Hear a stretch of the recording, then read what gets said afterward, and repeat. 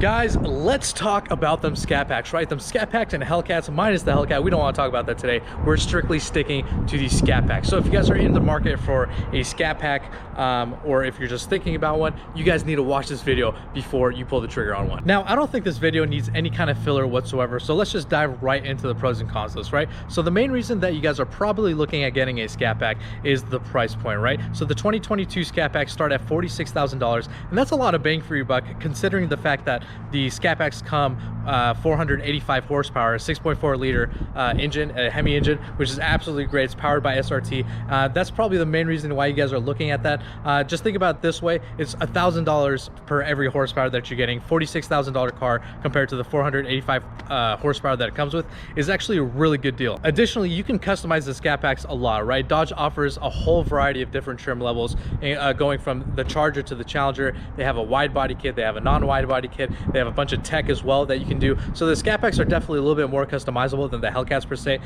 Once you get a Hellcat, it's kind of just getting a Hellcat, right? There's really no, I mean, the Hellcats mainly come fully loaded now anyway, so there's not really much you could do. You could pretty much just choose between a Challenger, Charger, wide body, non-wide body, but the Scat Packs, they definitely come with a lot more options. With that being said, guys, just remember, it's not a Hellcat, right? The Scat Pack is not a Hellcat. It's nowhere near the Hellcat, and that is one of the main things that convinced me to end up getting a Hellcat. If you guys do know, I had a Scat Pack a very long time ago. I had a 2016 Scat Pack Challenger, and I ended up upgrading about a year later to a Hellcat. And the main reason is I just got too used to the power, man. So many people had Hellcats at the time as well, and every time a Hellcat drove past me, I just felt like, God, I should have gotten a Hellcat, right? I should have just saved my money, ended up getting a Hellcat. So just remember that, guys. If you're anything like me, you'll probably get used to the power. To be completely honest, I am used to the power in my Hellcat already. This car has 717 horsepower. I might mod it pretty soon just to get a little bit more power out of it, just because I'm getting a little bored of 717 horsepower. I never thought I would ever say that, but I am. So just remember that, guys. 485 horsepower, it might feel amazing at first. It definitely felt amazing to me at the time. I think I was like 19, or no, how old was I? I think I was 20 when I got my Scat Pack, and let me tell you, I thought that car was so fast. I thought I owned the streets, but I got used to it very quickly. Now, speaking about Scat Packs and Hellcats, there is an age-old debate going on whether a Scat Pack is considered an SRT, and I'm gonna give you guys my 2 cents on the matter, just because if you're in the market for a Scat Pack, I think you should really know how this little war is going on, how this war is playing right now. Now, I personally had a Scat Pack, and I'll be completely honest with you guys, I ended up taking off the RT badge that was on the front grille and slapped on an SRT badge on the front grille and the rear spoiler as well.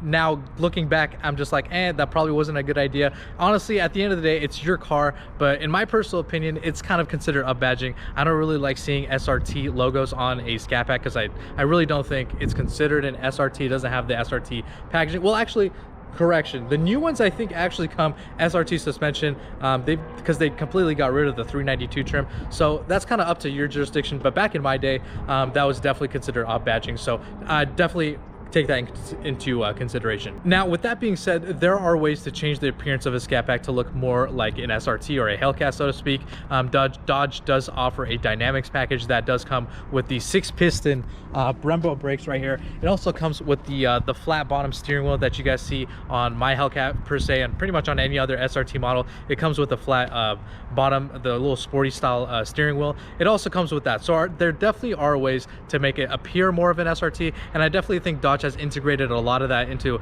its trickle down models, right? The Scat Pack, the RT even has that.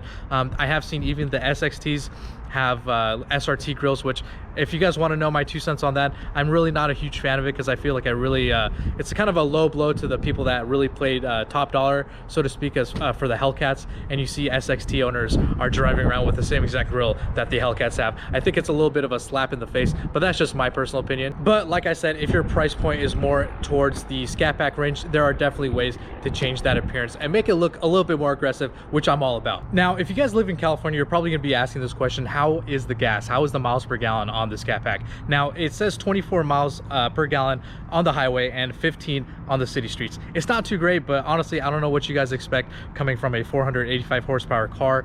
It's actually not too bad. The one good thing about the Scat Packs that I really wish the Hellcats had is when you're cruising in 8th gear on the freeway, it actually goes into 4-cylinder mode, right? So it goes into 4-cylinder mode and saves. Actually, I've noticed back when I had my Scatpacks and I jumped to a Hellcat, I really noticed the difference in gas, just because I was cruising a lot on the freeway, and going into 4-cylinder mode, it actually saves a lot of gas. One very sad thing that I have to point out is these cars are a dying breed. They are slowly getting replaced by electrical cars. Even Dodge said the Hellcat platform is being discontinued, so these cars are going to be going away soon. It's very sad to say that my kids won't even know how it feels to be in one of these cars.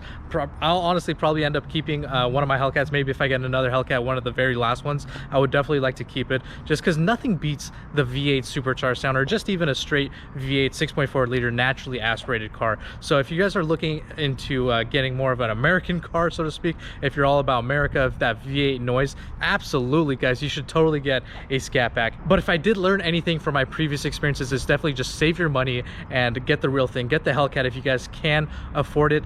I would definitely go that route, because trust me, you're gonna get really tired of 485 horsepower. It's a lot when you think about it, but when you end up driving it for a while, you get used to it and you just want more and more power. That's how I ended up getting, I went from an RT to a Scatpack, and then I got my first Hellcat, and now I got a second Hellcat. I'm just in a money pit right now just because I enjoy power too much. So to wrap it up, look, 485 horsepower for $46,000 is not a bad deal. You're actually getting a lot of bang for your buck. Second of all, the gas mileage isn't too bad. It's actually decent considering how much power this car puts out. Third of all, there are a lot of ways to customize these cars. There's a whole variety of trim options that Dodge offers straight from the factory, or you can do aftermarket stuff as well, such as dynamic package, Daytona package, there's the tech package. There's a whole variety of stuff that you can do. You can make it a wide body, narrow body, Challenger, Charger, whatever you want. So there definitely are a lot of options on that matter. The only main drawback is, just remember guys, it's not a Hellcat, right? You're not gonna hear that 6.2 liter supercharged V8 engine.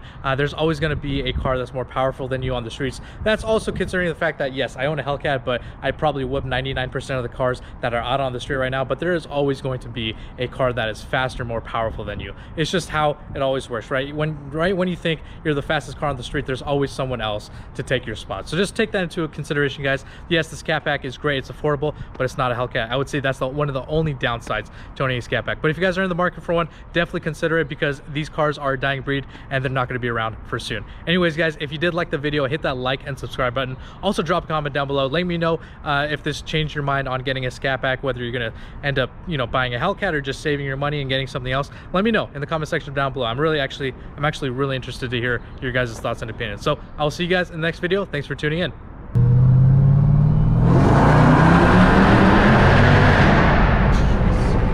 Upper, lower, upper, lower, intake, GLT intake, catch can, thermostat, upper, lower pulley, damn, injectors, E85, push the pump. Yeah, this thing's a freaking beast, man. And a cat delete, right? cat delete. Jesus.